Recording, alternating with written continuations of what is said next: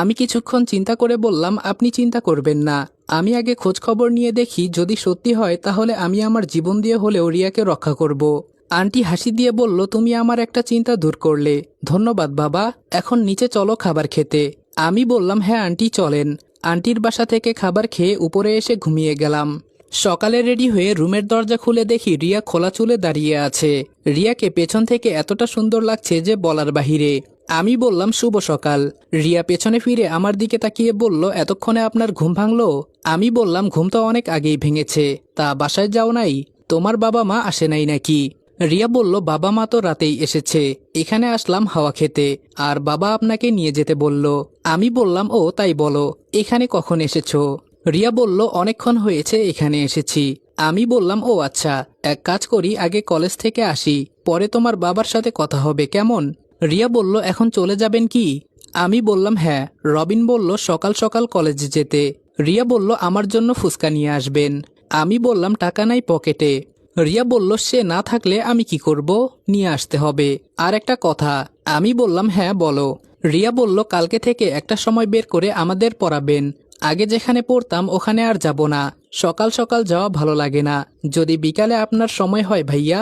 আমি বললাম, আচ্ছা ঠিক আছে, তোমরা পরামর্শ করে জানাও, আমার সময় আছে। আচ্ছা আমি গেলাম, কেমন? রিয়াকে দাঁড় করিয়ে রেখে আমি নিচে চলে গেলাম। আসলে একটা কথা কি, রিয়াকে ছাদে রেখে যেন আমার যেতেই ইচ্ছে করছে না। মন চায় সবসময় যেন আমি ওর সাথেই কথা বলি। রিয়ার সাথে কথা বললে আমার এতটা ভালো লাগে যে বলার বাহিরে। এই তো রবিন বাইক নিয়ে এসে গেছে। রবিন আমার সামনে বাইক রেখে বলল, তাড়াতাড়ি উঠে পড়। আমি রবিনের পেছনে বসে বললাম, এত সকাল সকাল কলেজে কেন? বুঝলাম না কিছুই। রবিন বলল, আমি কি জানি, পরি গ্রুপে মেসেজ করে সবাইকে সকাল সকাল যেতে বলেছে। আমি বললাম, কি আজব এক কলেজে যে ভর্তি হলাম আমি। রবিন বলল, কেন, কি হয়েছে? আমি বললাম, কিছুই হয় নাই, আমার একটা হেল্প করতে পারবি? রবিন বলল, হুম বল। আমি বললাম, আমার পার্ট টাইম একটা জব লাগবে, তুই খুঁজে দিতে পারবি? রবিন বলল, ও এই কথা, তুই কোনো চিন্তা করিস না, আমি দেখবনি। কলেজের সামনে বাইক রেখে বলল, তুই নেমে দাঁড়া, আমি বাইকটা পার্ক করে আসতেছি। কিছুক্ষণ পর রবিন আমার পাশে দাঁড়িয়ে বলল, এখন চল। কলেজের সামনে এসে দেখি ছোট একটা রাস্তা তৈরি করা হয়েছে কলেজের ভেতরে, আর এর পাশে ছাত্ররা ফুল নিয়ে দাঁড়িয়ে আছে। আমি এসব দেখে রবিনকে বললাম, আমাদের হয়তো ফুল নিয়ে দাঁড়াতে হবে, কিন্তু এখানে আসছে কে এটাই তো বুঝতে পারছি না। হঠাৎ করে পরি আমার দিকে ইশারা করে বলল, আমি যেন এই রাস্তা দিয়ে হেঁটে আসি, আর রবিনকে দাঁড়াতে বলল। আমি চোখ বড় বড় করে রবিনের দিকে তাকিয়ে বললাম, কি হতে চলেছে এখানে? আমি তো কিছুই বুঝতে পারছি না।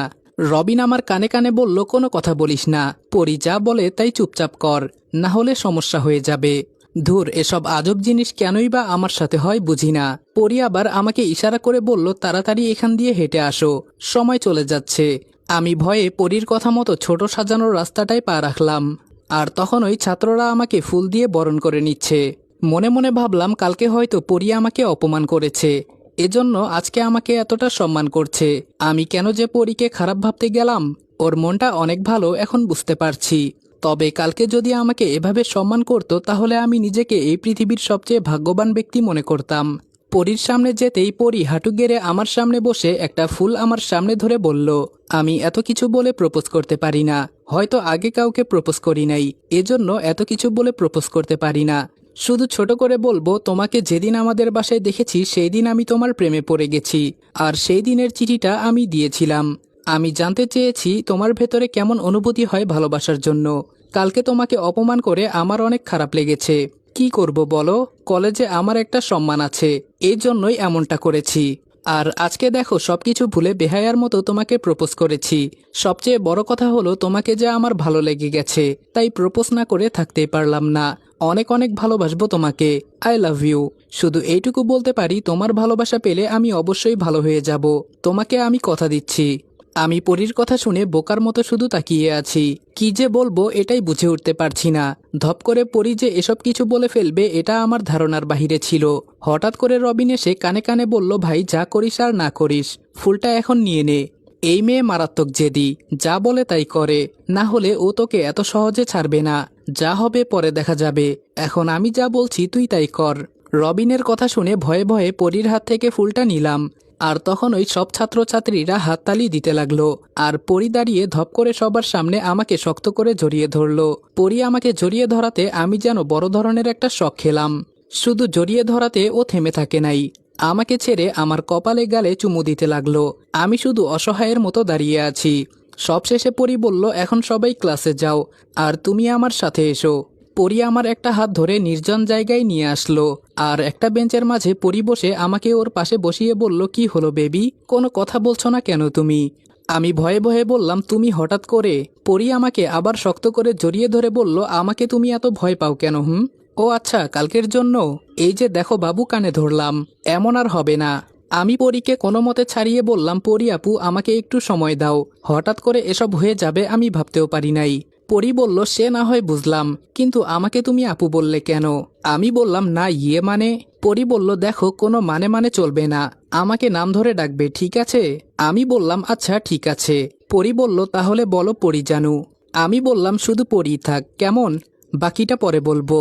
আমাকে তুমি একটু সময় দাও প্লিজ, আমি এখন খুব নার্ভাস হয়ে গেছি। পরি আমার গালে চুমু দিয়ে বলল, ঠিক আছে বাবু, যখন আমার বোনকে পড়াতে আসবে তখন বলবে, কেমন? আমি বললাম, এত কম সময়ে? এবার পরি একটু রাগ দেখিয়ে বলল, তাহলে আর কত সময় লাগবে তোমার? আমি একটু ভয় পেয়ে বললাম, আচ্ছা আচ্ছা ঠিক আছে, বেশি সময় লাগবে না। হঠাৎ কোথায় থেকে পরীর বান্ধবীরা এসে বলল, দুলা ভাই, আগের ব্যবহারের জন্য সরি, তখন আমরা জানতাম না যে পরী আপনার প্রেমে পড়েছে। আমি মুখে হাসি রেখে বললাম, আচ্ছা আচ্ছা ঠিক আছে, আমি কিছু মনে করি নাই। পরী, আমি এখন যেতে পারি? পরী বলল, আচ্ছা ঠিক আছে যাও, তবে বিকালে কিন্তু জানিয়ে দিবে। আমি কোনো মতে পরীর কাছ থেকে সরে রবিনের কাছে গিয়ে দিলাম এক ঘুষি। বললাম, শালা, তোর জন্য আমার আজকে এই অবস্থা, তুই আমাকে সকাল সকাল এখানে নিয়ে আসলি কেন? রবিন হাসি দিয়ে বলল, ভালোই তো হয়েছে, সিনিয়র মেয়ের সাথে প্রেম করবি, এটা অনেক বড় সম্মানের বিষয়। আমি বললাম, তোর সম্মান তুই রাখ, এইদিকে আমার জীবন যায় যায় অবস্থা। রবিন বলল, কেন, পরীকে তোর পছন্দ হয় নাই? দেখতে শুনতে তো ভালোই আছে। আমি বললাম, দেখ, আমি এসবের ভেতরে জড়াতে চাই না, তুই কিছু একটা ব্যবস্থা করে দে। রবিন বলল, দেখ, এখন পরীর কথা না মানলে তুই বিপদে পড়বি, কিছুদিন ওর সাথে থেকে দেখ, যদিও খারাপ হয় তখন আমি একটা ব্যবস্থা করবনি। আমি বললাম, কিন্তু? রবিন বলল, কোনো কিন্তু নয়, আমি যা বললাম তাই কর, এমন সুযোগ বারবার আসে না। আমি বললাম, ও আমাকে বিকাল পর্যন্ত সময় দিয়েছে। রবিন বলল, এখন শুধু হ্যাঁ বলে দে, কয়েকদিন তো ওর সাথে থেকে দেখ। আমি বললাম, বুঝেছি, তুই আমাকে মারতে চাইছিস। রবিন বলল, ধুর, এত টেনশন করিস না, আমার গার্লফ্রেন্ড আছে না, গার্লফ্রেন্ড থাকা খারাপ কিছু না, বরং সিনিয়ররা ভালোবাসে বেশি। আমি বললাম, কি জানি বাবা, আমি এত কিছু জানি না। রবিন বলল, দেখ, সবাই তোর দিকে কেমন অবাক হয়ে তাকিয়ে আছে, কেউ আর তোর সাথে বেয়াদবি করতে সাহস পাবে না। এর ভেতরে কোথায় থেকে একটা ছেলে এসে বলল, কি ব্যাপার রবিন, তোর এই ছেলের সাথে কিসের সম্পর্ক? রবিন ছেলেটাকে বলল, ও আমার বন্ধু হয়। তা তোর এসব জেনে লাভ কি? আর তুই এখানে আমার সিনিয়র, তাই আমি বলছি এখানে কোনো ধরনের ঝগড়া করিস না, যা একটু সম্মান পাস, পরে তাও পাবি না। ছেলেটা আমার দিকে তাকিয়ে বলল, তোর সম্মান আমার লাগবে না, এখন তুই এখান থেকে যা, তোর বন্ধুর সাথে আমার কিছু কথা আছে। আমি বললাম, কে ভাই আপনি, আর ও এখান থেকে কেন যাবে? যদি কিছু বলতে হয় এখানে বলেন। ছেলেটা এবার বলা শুরু করলো, দেখ, পরী তোকে প্রপোজ করেছে বলে হিরো হয়ে যাস না, শুধু পরীর জন্য আমি এই কলেজে ভর্তি হয়েছি, ও শুধু আমার, আমাদের ভেতরে যে আসবে তাকে কেটে টুকরো টুকরো করে দিব। রবিন ছেলেটার কথা শুনে বলল, আমার বন্ধুকে প্রপোজ করেছে পরী, আর ও প্রেম করবেই, তোর যদি ক্ষমতা থাকে তাহলে তুই ওকে আটকিয়ে দেখ। ছেলেটা হাসতে হাসতে বলল, মশামাছির গায়ে আমি আঘাত করি না, তবে তোর কপালে খুব দুঃখ আছে রে। ছেলেটা চলে যাওয়ার পর দূর থেকে ছেলেটার বন্ধু আমার দিকে আঙ্গুল দিয়ে গলা দেখিয়ে বলল, ওটা কেটে হাতে ধরিয়ে দিব, মনে রাখিস। এবার আমি রবিনকে বললাম, ওরা কে রে? রবিন বলল, আর বলিস না, ওর বাবা হলো এই কলেজের সভাপতি, পরীর সাথেই পড়ে। আমি জানি ও পরীর পেছনে পেছনে ঘোরে, কিন্তু কে জানে আজকে তোকে। আমি বললাম, বাদ দে সব কিছু আমি দেখে নিব। তোকে যে বলেছিলাম পিস্তলের কথা, ওইটা কি ম্যানেজ করেছিস? রবিন বলল, আরে বেটা, আসতে বল, মানুষ তো শুনবে। আমি বললাম, শুনলে আমার কি করার আছে, তোকে যেটা বললাম সেটা কর। রবিন বলল, আমার ব্যাগে আছে, তুই বলবি আর আমি আনবো না, সেটা কি হয়? আমি বললাম, অনেক ধন্যবাদ বন্ধু। রবিন বলল, আচ্ছা ক্লাসে চল, না হলে দেরি হয়ে যাবে। আমি বললাম, হ্যাঁ চল। ক্লাস শেষ করে মাঠে যেতেই দেখি পরী দাঁড়িয়ে আছে। আমি পরীকে দেখে বললাম, রবিন, তাড়াতাড়ি এখান থেকে চল, পরী দাঁড়িয়ে আছে সামনে।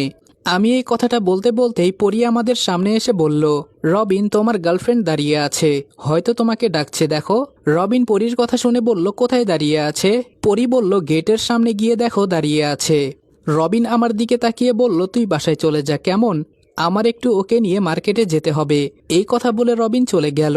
পরি আমার দিকে তাকিয়ে বলল, ওই চলো, আমি তোমাকে বাসায় পৌঁছে দিয়ে আসি। আমি বললাম, কিন্তু ক্লাস? পরি বলল, এখন ক্লাসে এত পড়া হবে না, চলো তো। এই কথা বলে পরি আমার হাত ধরে নিয়ে যেতে লাগলো। কলেজ থেকে বের হওয়ার পর রাস্তায় গিয়ে বললাম, তো গাইস, যদি গল্পের পরবর্তী অংশটুকু সবার আগে দেখতে চাও তাহলে এখনই Sajid always on fire YouTube চ্যানেলে চলে যাও। ইউটিউব চ্যানেলে সম্পূর্ণ গল্প দেওয়া আছে। আর হ্যাঁ, তোমাদের জন্য সাজিদ অলওয়েজ অন ফায়ার চ্যানেলে সব সময় সবার আগে গল্প দেওয়া হয়। তো তোমরা আর দেরি না করে সেইখানে চলে যাও। আর এই ভিডিওতে তোমরা 1-2 হাজার কপি লিঙ্ক করে দিও। আমার ভালোবাসার মানুষ যারা আছো তারা এখনই কপি লিঙ্ক, লাইক, কমেন্ট আর আইডিতে যারা নতুন আছো এখনই শেয়ার করে দাও। তাহলে নেক্সট পার্ট খুব তাড়াতাড়ি আসছে।